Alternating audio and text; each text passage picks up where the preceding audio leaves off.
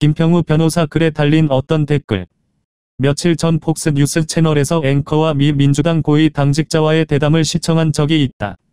앵커가 한국에서는 트럼프 엑스파일로 알려진 스틸 도시웨라는 엉터리 리포트를 가지고 민주당 측에서 트럼프 러시아 콜루전 스캔들을 일으켰다는 멘트를 날리자 이 미 민주당 고위 당국자는 정색을 하면서 스틸 도시웨가 가짜라는 증거를 대라고 맞받아 쳤다.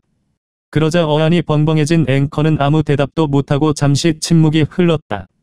마치 내일도 해는 동쪽에서 뜨겠지요 라는 말에 그 증거를 대라고 다구치는 경우에 할 말을 잃게 되는 상황이 전개된 셈인데 정신을 차린 앵커는 Are you serious? 라고 반문하였다. 그런데 이와 비슷한 상황을 나도 곧바로 경험하게 되었다. 이 카톡방에도 올려있는 3월 28일자 김평우 변호사의 박근혜 대통령을 석방하라는 글에 어느 동문이 다음과 같은 댓글을 달아 놓은 것이다. 박근혜 석방? 글쎄요. 법에 의해 결정해야겠지요. 대통령이 되면 안 돼야 할 분이 대통령이 돼서 겪는 고초입니다. 그분 때문에 수천만 대한민국 국민이 더한 고생을 하고 있습니다. 역사를 큰 눈으로 봅시다. 박근혜는 더 고생을 해야 한다고 봅니다. 사실 말만 감방이지 온갖 호의호식을 누리는 것으로 알고 있습니다. 일제 때 유관순 열사 옥중 생활을 연상시키면서 박근혜 석방을 정치적으로 이용하는 것은 또 문제가 있다고 봅니다. 좌파 정권 나쁜 놈들이지만 참을 것은 참아야 한다고 봅니다. 이 글을 보는 순간 나도 마치 허를 찔린 폭스뉴스 채널의 앵커처럼 너무도 어안이 벙벙하여 이 친구 제정신인가? 라는 생각 이외에는 다른 아무 생각도 할 수 없었다. 내가 곧 김 변호사에게 카톡을 보내 내 글에 올린 댓글 좀 읽어보라는 전언을 해주었는데 그의 반응 또한 내 느낌과 크게 다르지 않았다. 그 친구 정신은 온전한 거냐? 라는 반문이 전부였다.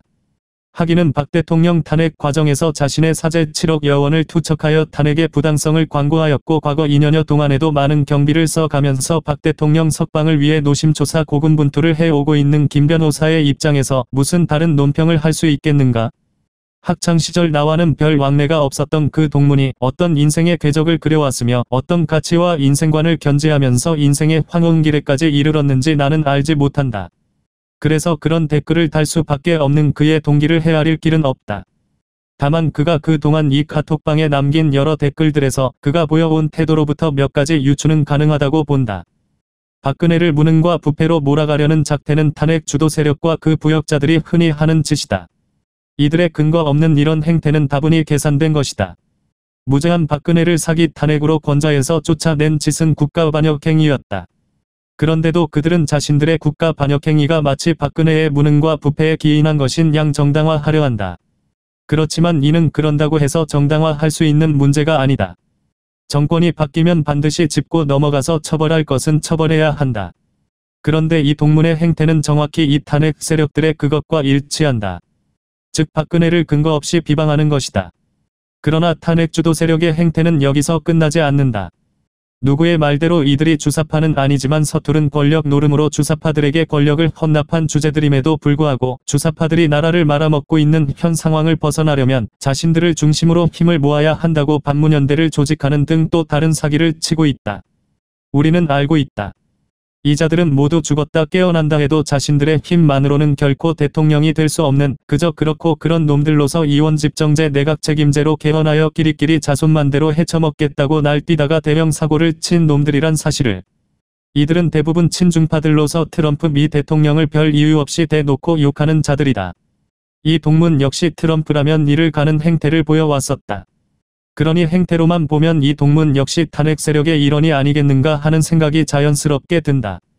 그런데 이자들이 애써 꾸민 음모의 결과 엉뚱한 주사파가 정권을 잡게 되었는데도 지금 하는 행태를 보면 온갖 폐악질을 일삼고 있는 문정권을 전복시키는 데는 상당히 소극적이다.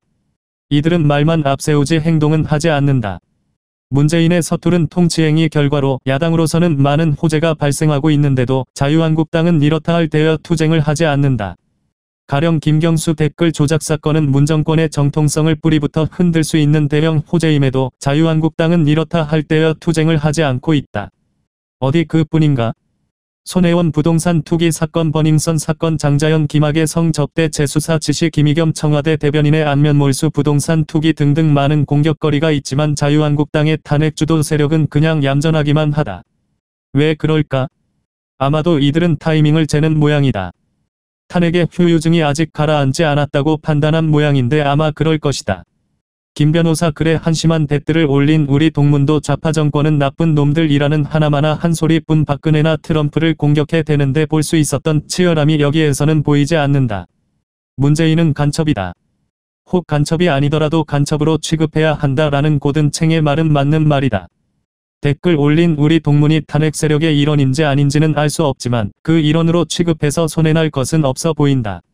끝으로 그의 짧은 댓글의 내용은 사실과 거리가 먼 쓰레기들로서 논평의 가치도 없지만 한 가지 궁금증을 불러일으키는 말이 있다. 역사를 큰 눈으로 봅시다는 말인데 그의 역사란 도대체 어떤 역사일까?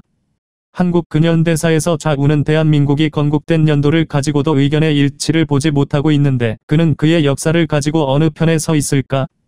그가 대한민국의 기적에 가까운 산업화 과정과 민주화 과정을 자랑스럽게 생각하는 우파의 역사편에 서 있을까? 아니면 대한민국은 태어나서는 안 될 수치스러운 나라다라는 역사관을 가진 좌편에 서 있을까? 나는 알지 못한다. 그러나 그는 그의 역사를 가지고 조선시대 사색당쟁의 과정에서 소위 양반 계층에서 일어났던 음모와 술수의 역사를 그대로 답습하자는 편에 서 있는 것은 분명해 보인다. 박근혜 대통령 탄핵 사건이 조선시대 사화의 모든 요소들을 그대로 가지고 있고 사화의 과정에서 저질러진 탈법 불법 사례들을 척결하지 않음으로써 불행한 역사가 되풀이되어 온 그 역사를 그는 선호하는 것 같다. 그래서 박근혜를 덮어버리고 앞으로 나가자는 탄핵 주도 세력의 주장에 대해 그도 장단을 맞추고 있다. 우리 자유우파 국민들이 단호히 배척해야 할 그 플랫폼에 그가 서 있다. 그 동문에게 묻고 싶다. 그대는 탄핵 세력들의 사기 행각에 넘어가서 계속 개돼지로 살려는가? 아니면 이 나이에 무슨 미련이라도 남았는가? 그래서 탄핵 세력이 다시 권력을 쟁취하게 되는 날 한 자리라도 얻어 먹겠다는 것인가?